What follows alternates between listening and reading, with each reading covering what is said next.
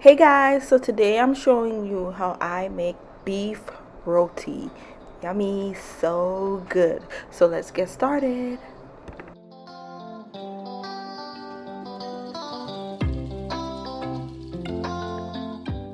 Alright guys, so you want to get you a piece of beef. I believe this piece of beef was a beef bottom roast or a beef chuck roast.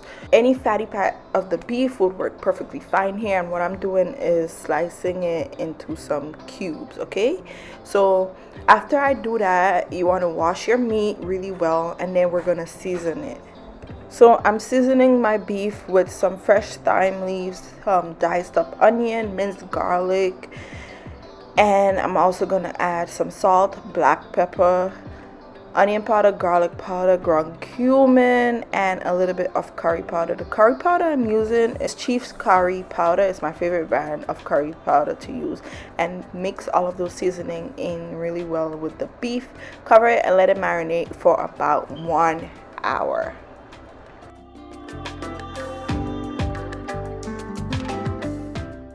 Okay guys, so next let's start making our roti dough, the dal puri. So in a large bowl I'm adding some flour. Next I'm gonna add in some butter, brown sugar, and a little bit of salt. Mix all of those ingredients together. Rub the butter into the flour really well until you have like little crumbs. Okay, so next I'm gonna add in some active dry yeast into the flour mixture, and then give that a slice, mix together, and then I'm gonna start adding in some water.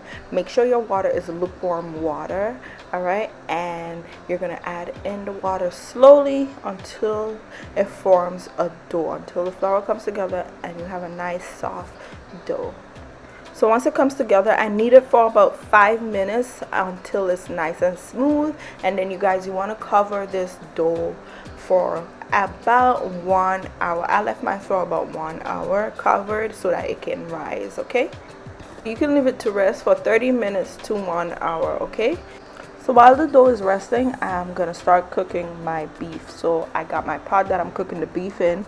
Added a little bit of oil to coat the bottom of the pan, and I'm adding in some curry powder and a little bit of turmeric powder. Mix that in with the oil and let it cook for about 2 minutes so the curry can burn a little. And while the curry is cooking, I'm gonna add in some freshly grated ginger. Okay, this is gonna add really good flavor to the curry beef. Mix it in and let it cook with the curry. So after about 2 minutes or so, you guys, I'm gonna add in a little bit of water, not too much, about 1/4 of a cup of water, to kind of make a curry paste. Mix the water in with the curry mixture in the pot, and then I'm gonna add in my seasoned beef. So add in the beef, give it a good mix, and then I'm gonna add in some more water to help cook the beef. So add in some more water. You could add about 2 to 3 cups at this point, and I'm gonna cover the pot and let it come to a boil. Okay, so once it comes to a boil, you guys, you can give it one last stir, taste and adjust your seasonings as needed. So see if you need to add any more salt or black pepper or anything like that, and let the beef cook until it's nice and tender. When the beef have about 30 minutes left in cooking, I cut up some potatoes into cubes and I added it into my beef and let it cook until the potatoes are fully cooked. And for the last 5 minutes of cooking, I added in some fresh cilantro in there. Mix it in really good. Taste the sauce and make sure your beef tastes perfectly seasoned. If the water dries down, you can always add more water into the beef while it's cooking. All right, make sure you have enough sauce, and to thicken up the sauce, just crush up some of the potatoes in the pot. Okay,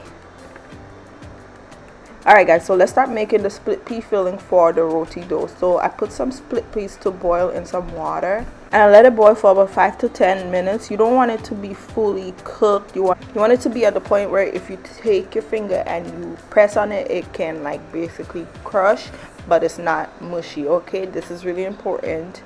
Once it's at that point, I place it in like a colander and remove the liquid from it. Also, when I'm cooking this, you guys, I added a little bit of turmeric powder. It's really important after you finish cooking the peas that you remove the liquid from it. All right, let that peas dry out. Then I'm gonna place the split peas dried into my magic bullet or your blender, and I'm adding a few cloves of garlic, a tiny piece of scotch bonnet pepper, some fresh sprigs of thyme, a little bit of ground cumin, and amchar masala. Okay, so add that in there, and I'm gonna blend it until it's well blended and very like fine. It should resemble like fine crumbs like this. You don't want any huge pieces of peas in this mixture, because then it's going to tear your roti dough when you're rolling it out. All right, if you guys need a very detailed recipe video on making roti, especially the roti dough, I have another video here on my channel where I make chicken roti and I explain it really well. I take my time and I explain the steps for you guys, so I'll link it in this video and in the description box. You guys can check it out, and I think it'll be really helpful. Okay, this video goes a little bit more fast, so if you like to check that one out, I'll link it here for you.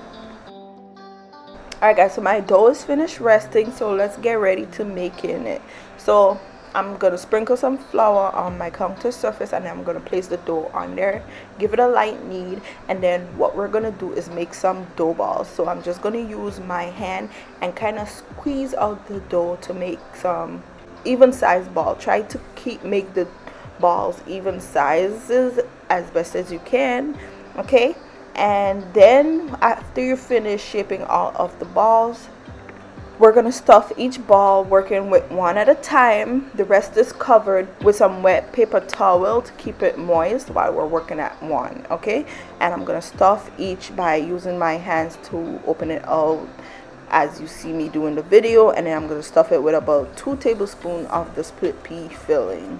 Use the spoon to press the filling down in the middle of the dough. Also, when you're flattening out the dough before you stuff it, try to keep the middle of the dough a little bit more thicker than the end of the dough. Okay, so that way when you're stuffing it, the middle won't tear while you're pressing on it and using that force to make sure you get a good amount of filling inside of it. All right, so I'm just going to work on the rest of my dough, stuffing all of them, and then we'll move on to the next steps.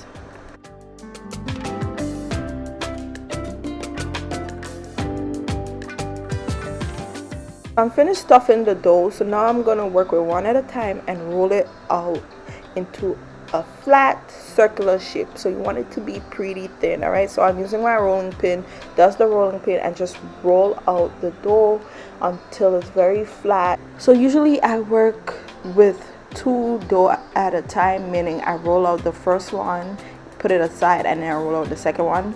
Then I get my pot ready to cook my roti skin. So I'm using my frying pan. You can use a roti tower or a skillet as I'm doing. You're gonna have some oil in a bowl next to you, and I have my heat on medium heat, and I'm gonna brush the pot with the oil. All right, when the pot gets hot, you're gonna take the rolled out roti dough and you're gonna place it in the pot very flat and let it cook. So make sure your heat is on medium to medium low heat. You don't want to have high heat here at all to burn the dough.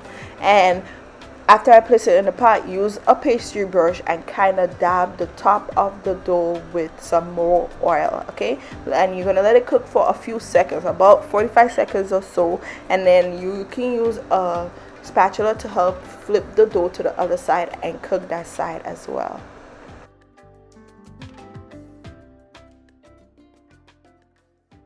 "45 minutes to a minute on each side, and then you're gonna place it on a plate. So the plate, I line my plate with, you can use paper towel or parchment paper to separate each piece of the dough that you make. Okay, this is to keep it from getting hard and keep it moist and fresh. All right, so just place it on a plate, then you cover that with parchment paper or paper towel, and then you add the next one, more paper towel or parchment paper, add the next one, and so on. Okay, ending with the dough being completely covered. All right, So yeah, I'm just gonna finish making the rest of my roti dough and then we can move on.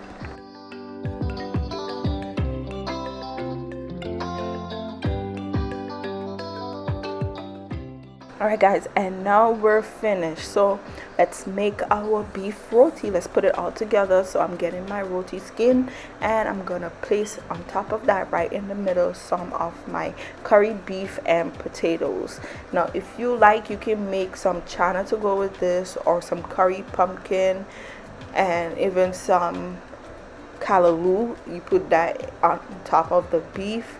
I like to add, usually I add some pumpkin with mine and some tamarind sauce, and then you just fold your roti and enjoy. If you like some hot sauce, pepper sauce, you add that in there as well and enjoy, you guys. I'm no pro at folding the roti yet, but it's okay. It's a taste that matters. So yeah, you guys, that is it for today's recipe. Beef roti, so delicious, flavors were on point. And yeah, that is it for today. Thank you guys so much for watching the video. I hope you enjoyed the tutorial. If you did, let me know in the comments down below. Don't forget to like, comment, and subscribe to my channel so you can see my upcoming videos. I really appreciate it, and I'll see you guys next time. Bye.